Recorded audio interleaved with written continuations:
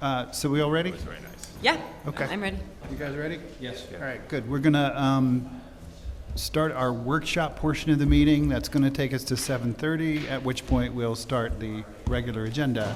And for the workshop, Natalie has been kind enough to prepare some updates on the most recent iteration of the parking local law. And I'm not sure if you guys saw it. I forwarded over some of the material that Natalie's going to review. And we'll go through those updates. Yeah. Thanks, Natalie. Great. So I think just picking up, because this is the second time you guys are seeing that the planning board is seeing this proposed kind of local law for parking revisions or revisions to parking regulations. So I think the last time this was discussed with the board was in December of the end of last year. There was recommendations that were made to the city council, and those were all kind of integrated into the law as it currently stands. There's been a number of council meetings and a few public hearings since then, and so there's been some changes that the city council specifically wanted to come back before this board and have them review and discuss. So just to kind of give some background to the changes, this is a memo that I'm showing that went to the city council for their the end of March meeting, and there were some conversations in front of the council, and there was kind of, these are the main revisions that were made, right? I think the discussions started to go around giving more nuanced treatment to different districts within the city of Beacon. So there are some districts within the city of Beacon, like the Central Main Street, the CMS, or the Linkage District, or the Waterfront District, that are inherently more walkable just because of the built form, because of their access to public transit, sidewalks, more interesting things to walk around and see. So they're just generally more walkable neighborhoods, whereas there are some outer districts, many of the GB districts, which we have a few kind of applications before us here tonight, that aren't as well connected to these kind of core areas. So I think the city council wanted to see some slightly different treatment of those areas. And then with that, what was discussed is that we were not maybe ready to fully get rid of parking minimums in those outer districts. We still wanted to have some guidance for the planning board that parking should still fall within some kind of range. So parking minimums were added for those outer districts. But I think that the conversation is still ongoing, but focused on that the current proposal still retains the use of parking maximums only within the core districts as a means to facilitate the greater production of residential units within those areas, and to prevent the cost of parking from being passed on to renter households, and to reduce either kind of the process that applicants have to go through when they're renovating an existing building and you physically cannot provide parking on that site, to also providing parking that might not be necessary on site, and therefore increasing kind of the permeable or impermeable surfaces. And then the kind of the bigger recommendation that you're going to see is to combine everything into one table so that it's all streamlined, so that you're not going through the code trying to find various parking regulations. So this is what it looked like originally, right? This table that I'm going through, this was kind of the March iteration of it, that all the uses are there in that far left column. Those are all the uses that are currently in the parking table. And then you see the first two columns are for the core districts, right? This is the CMS, the Linkage District, the Waterfront District. Ignore the CB and the PB because those have now just been changed to transition, right? Because that's the most recent zoning amendment, was to kind of take some of these smaller transition areas and make them their own district. You'll see there that column, no parking minimums on the left-hand side, and then parking minimums on the right, or parking maximums on the right.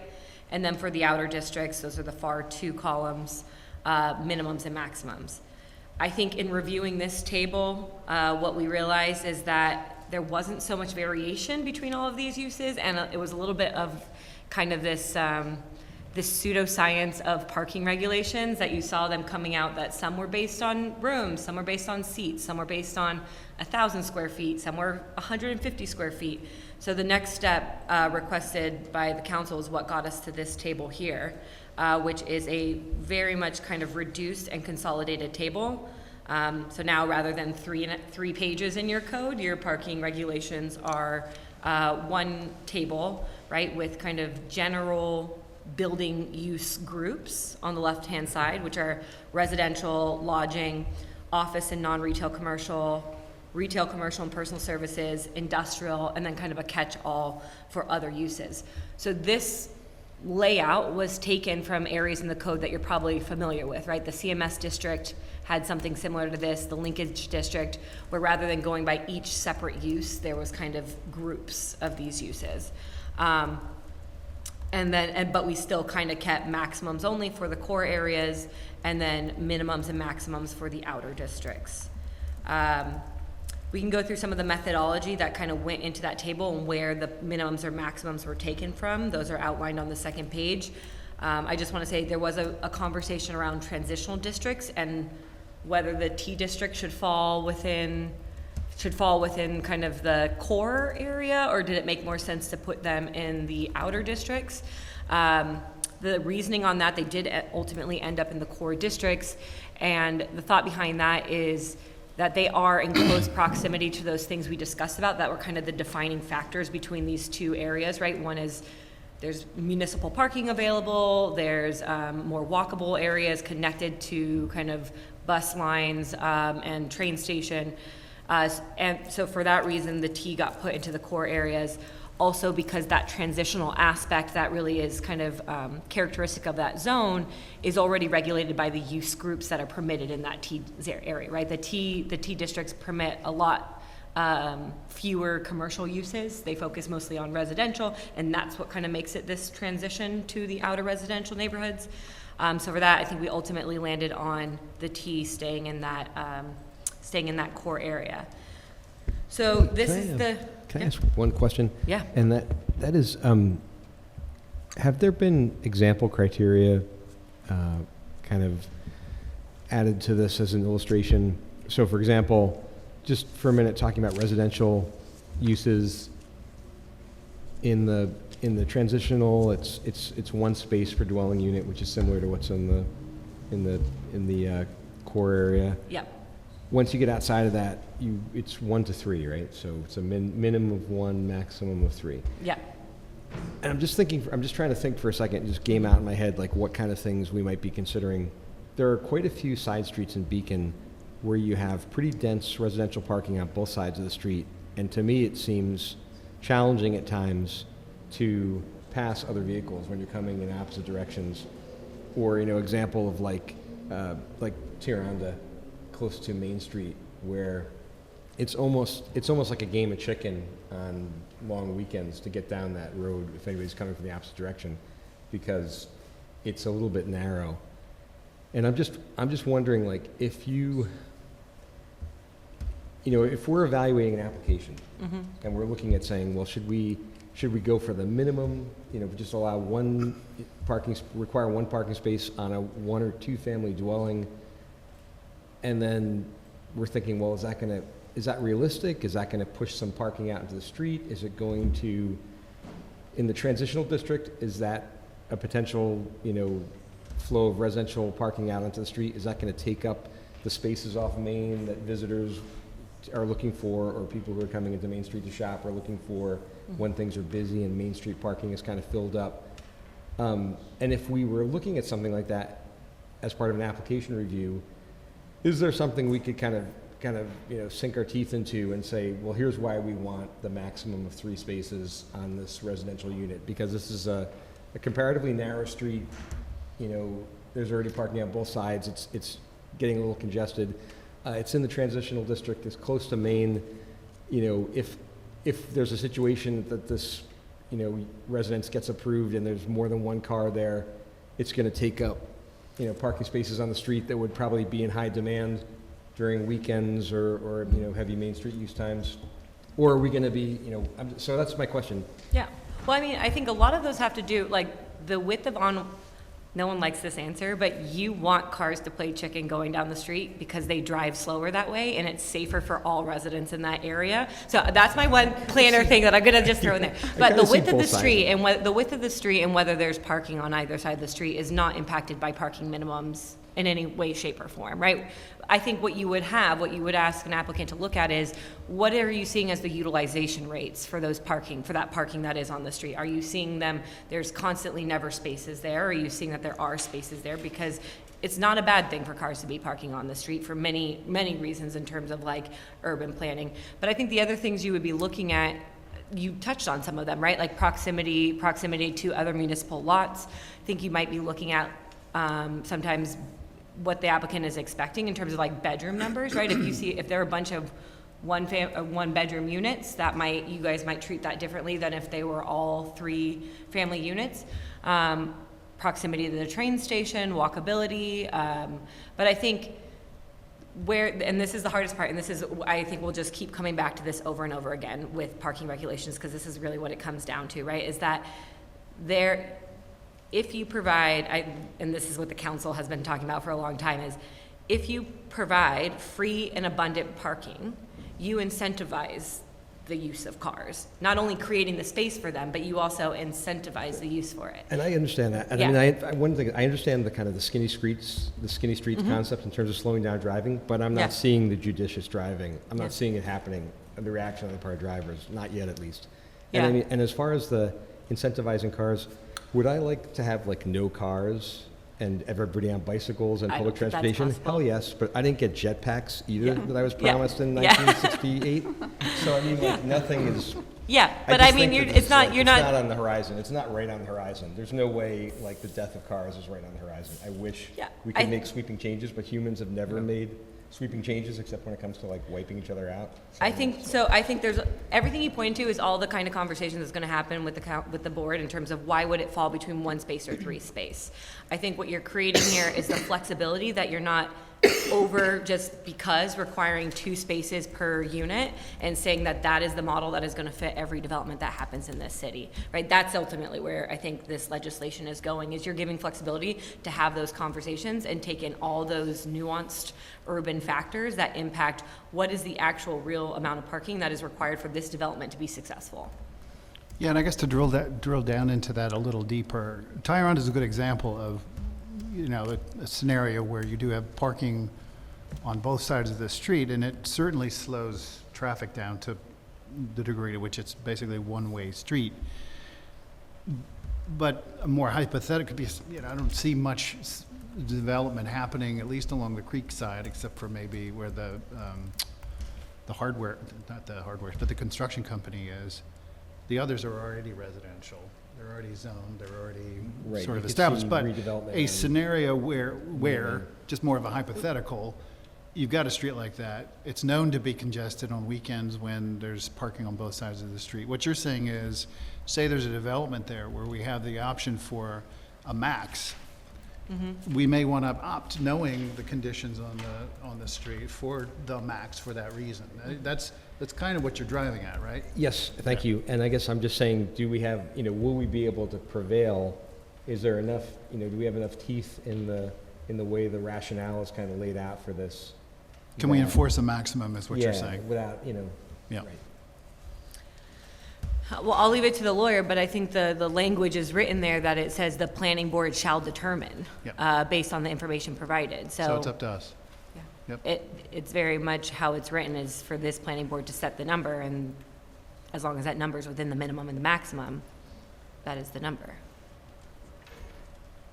I think they could still technically seek a variance from that, could they not? Yeah, once the planning board sets that number, if the applicant isn't satisfied with it and they want, different They have amount of some- parking, they they can have always some seek a method for variance relief. from that. The zoning board, yeah. And obviously, like, the number that you would select would have to have a basis in the record based on, operational characteristics, demand, and all of that. Yeah. Okay, that answer your question? There were. It Okay. does. I mean, I don't know if I feel 100% confident, but it does answer my question, thanks. Okay. And then, so there were just some questions that I think, happy to hear the general comments on them, but I think there was also some questions that the council also did specifically want to ask the board if they had kind of insight or opinions on that. So one of them was looking at what the table currently shows for office and non-retail commercial, and then a separate group, which is retail, commercial, and personal services. I guess the question that came up on that is, are those so different that they need to remain two different groupings, or could they be merged into one group? And so they were left as two different groupings because that's how they currently are in other sections of the code in the CMS district and stuff. But there are other communities, like if you look at Kingston, which everyone's pointing to their code recently for like one of the most recent like overall maximums applied, they just have it's commercial and civic uses, right? They kind of group them into one category. So I guess that was one of the questions of whether the planning board thought those should remain separate. And then the other piece that's kind of related to specifics, I think, is in areas like the CMS and the linkage district, which already had these condensed use groups, how was the planning board at that time determining what individual uses fell within which group? Just, that's more of like, I guess for me, for a strategy question in terms of like, do I need to define each of these groups? Quite honestly, we did that with the express assistance, insight, and expertise of our former planner. Okay. So- So, I mean, I think what we probably will do is Schedule A of the zoning code kind of has groupings of uses right now. So just so there's no lack of clarity, I think what we'll do is kind of make these groups match those groups so that it's very clear what use falls within. My sense is that, and I'm sure my fellow board members agree, that to bring clarity to that so that we're tracking back to something within the code, within the tables that Yeah. we can hang our hats on. Not to say that John was making these distinctions indiscriminately, because obviously there was a rationale, a logic behind it. I think it's a component that had me a little bit confounded just in terms of the process. But Yeah. ultimately, they made sense if we were able to build that sense into the zoning. Okay. That would be helpful. Yeah. Hopefully you guys But agree. I think what you're talking about is that for some of these more contentious parking issues that we had to deal with, a lot of that was dealt with administratively. There were meetings amongst the applicants and the reviewers, and they came to Right. us with results of discussion.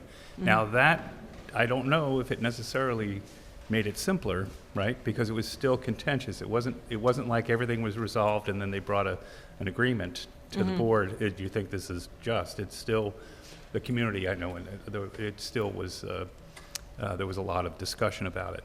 And I feel like that's a resolved issue, or we're done with it. But, so that is a process that will probably continue. That there should be some analysis, right? Yeah. But I do want to have the community and the board, after listening to the community, have the ability to adjust things depending on. Well, that goes to the third item that the city is asking us to opine on, and that being what metrics could be used to track progress of the proposed parking reform and impacts on desired outcomes. I think it's a very thoughtful question to ask. We ask it, and especially I know Kevin and Len are curious. It's always that one sort of, understanding the law of unintended consequences, right? Because, you never really know what impact these things are going to have in the real world. Yeah. So if there is a way to develop a process for determining whether there's negative impacts or even positive based on these new laws, I think it would be very useful data Yeah. for us here now and over a period of time. Methodology, that's a different story. I would leave that to the experts. Yeah. No, I think where the question was coming from is, like, how do we track, there's some fears about what changing the parking regulations will do in terms of our urban environment, and then there's some hopes and some goals of objectives, right, of increasing the amount of housing, especially the amount of affordable housing. And so it's a hard question. I don't think the council or the city really has an answer to it right now because, like, parking regulations alone are not going to solve the affordable housing issue, right? Yeah. It's one piece of this very larger issue that it's like, well, might as well get this out of the way. So is it fair to, can we look at, the amount of affordable housing being produced in the city and say, tie that back? And I think we're struggling to say we could tie that back to parking regulations. Yeah. Could you say the amount of, based on the amount of housing being produced on a square footage of a parcel, or, I don't know, what? That's a hard one, because with anything as broad as that, Yeah. you first have to understand what you want to study, right? Yeah, You have to yep. understand what the focus of the study is. Yeah. Because you could go down many paths and it could become almost too cumbersome. And then it comes down to just exactly what that methodology is, right? Yeah. There, So I think there's a larger conversation around what the city wants to glean from an analysis. And so that would somewhat design the analysis. And then it's the methodology around the analysis that has to be established. And again, that's more left to, I think, professionals. Yeah. and my question would be, what data is collected to date that might be useful? If you're looking to do trend analysis, I'm not sure I have a good handle on what we do collect and whether we could My look sense at is none. any traffic data. And the second thing I was oh, gonna, sorry. I'm just Keep gonna say going. was that we haven't had a ton of Main Street projects where they have accommodated the required parking. I can think of maybe, and I think this may have even been before my time, but across the street from Homespun provided significant parking on the south side of their property, across from the farmer's market, Oh, yeah. Yeah, and part of that is that they were condo, so they were selling those lots, those Right. spaces. But That I'm, was and part I'm of not, the it business doesn't, model, it doesn't right? matter why they did it or Right. what, but I'm just saying, like, a lot of the projects that we've reviewed and approved, like, for example, at the corner of Main and Skank, I remember making comments right at the beginning saying that there's no way that you wouldn't be able to build anything on this parcel if we went to enforce the minimum parking. Well, that's the case with just about every single parcel along Main Street, and I think that's So we the haven't impetus for this Right, and I agree whole with you. discussion, But right? we haven't been hamstrung by it to date. Like, can you think of a project that got killed or was like, whittled down to like so I No. mean, so to try to say, okay, well, what kind of change can we see by instituting this? You would probably see It's it a little bit more more in the process. residential areas Yeah. or, so that's just, Yeah. I want to say one thing, is that Cold Spring just started their new parking set of rules, which I found out about when I was confronted with You a had to series take of signs that I could not understand and phone apps that I couldn't get a signal to download and whatever. It was a whole thing. But my point is that there are comparable communities, right, that are doing things like this. And one of the best ways to compare and contrast is to find, because there's so many variables, there's all this math you can do, like a book this thick, or you can just look at the real results from places that are similar to us with New York state laws and our aged infrastructure like we have, and that would be useful. Yeah, I don't know how long Cold Spring has had theirs implemented, but yeah, I mean, if they're willing to share any, I mean, that's a good thought, if they're willing to share any of their experiences and There's a number outcomes. of towns in the Hudson Valley that are comparables. Yeah. Yeah. Yeah. And Getting rid of- Kingston, for that matter. Yeah.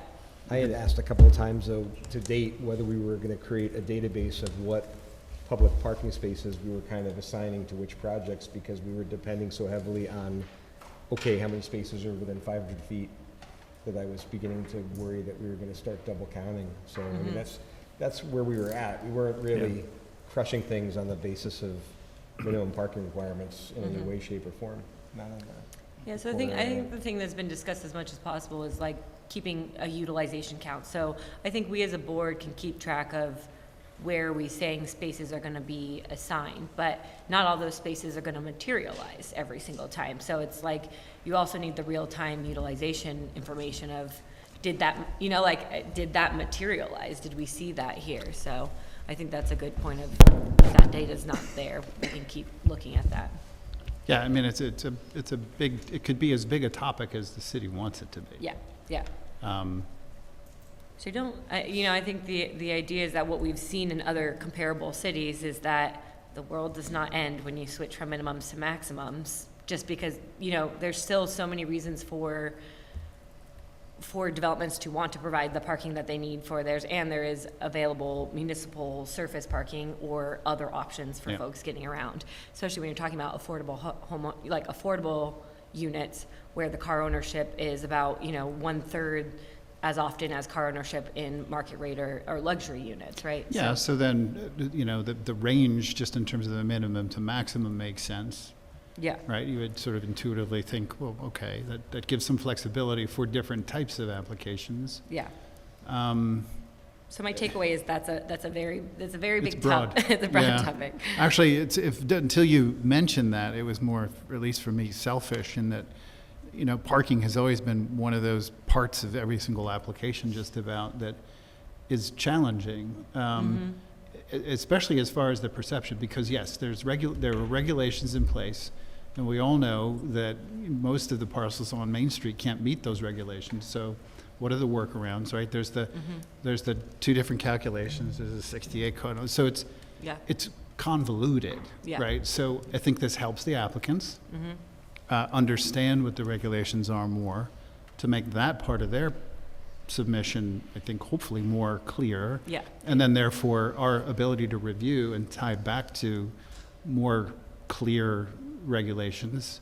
So for me, it was more about that, but I think also, and one of the major concerns over the years is just that. It's, where you have instances where parking is not available on site, and a reach by an applicant to achieve that parking by saying, I'm going to take so many spaces from here within that, 800 foot, so many spaces from here. And then I think, as Kevin mentioned, tracking how many times we've done that, Yeah. right? That's, to And me, how I many think, cars show up in that space. right. Yeah. So whether that's a counting exercise or, Yeah. I have no idea how that would be executed, but just the idea alone of trying to track the impacts of changed zoning is a good one. No idea how you would execute it. And I like the tables because I have to deal with codes all the time, and I'll tell you, having to interpret legal zoning definitions that Yeah. are with various clauses and whatnot is confusing, it's time-consuming. Yeah, we have and better things to any- do. Any human can understand a table. It's a simple way to do it, and it's nice for citizens and developers to know. Yeah, what it it's- makes Bruce's life easier too, Yeah. because he gets fewer calls and fewer calls for referee. Figuring right? it out. Yeah. So, but yeah, I think this is great. What's the next step as far as this law? So right now, we are putting this we're cleaning up the official kind of local law regulations, and I think the city council has another public hearing on that on Monday, on this. So this most recent draft will include this, and then this also, since there has been changes, does have to go back to the county one more time for municipal review and comment that way. And So there's those three things that we need to somehow translate in English language back to the council. One being, should the table be further condensed to have office and non-retail commercial and retail, commercial, and personal service as one group, since the parking requirements are similar. And I think what I heard you say is that your recommendation is to keep it the same for now, keep it as it is for now? I don't have a looking at them and looking what the proposed numbers are, they are quite similar. So I don't necessarily know if there is a reason to keep it separate. My thinking Yeah. is if to combine them makes it less easy to understand just from the reader and the person trying to interpret, then no. Okay. One of the But if things it's, in- if it's yeah. just, if it's all the same, Yeah. then it doesn't have an impact. So I think it should be considered from the standpoint of the user, the Yeah. applicant, the applicant's consultants, and whether, in reading it, it's easy to understand how to apply it.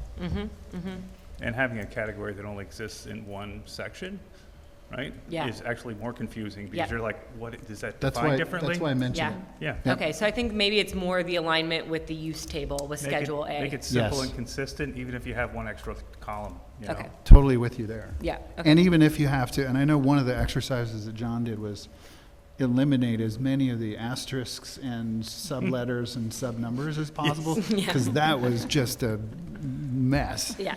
But yeah. even if you have to have really concise, a few of those as explanatory devices, that's fine. Okay. So I don't know if that's a real answer for No, that's a them, real but- answer. That's helpful. Yep.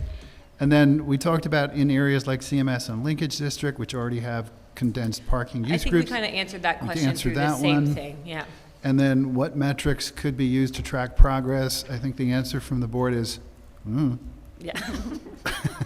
With We a little spend- bit, with a little bit of where, you know, where developers intend to use parking, and then maybe some way trying to figure out how to look at whether that, if that gets used, and that we're not double counting parking spaces kind of being used. They're not gonna be assigned, right? So I wanna make Yeah. that very clear, like, it's not they don't get 5 spaces in this lot, but if they say, that's, you know, that's where we think it will be provided, trying to figure out a way yeah, to, I think that's a start. Yeah, Right, yeah. that's one area where, because, and again, I remember just about every single time we've done this, either Kevin or Len have the foresight to say, are we keeping track of this? Mm-hmm, And I don't think we have been. So if there is a means for doing so, oh, I love an Excel sheet, we can keep track of that. love a good pivot table. Okay, great, thank you.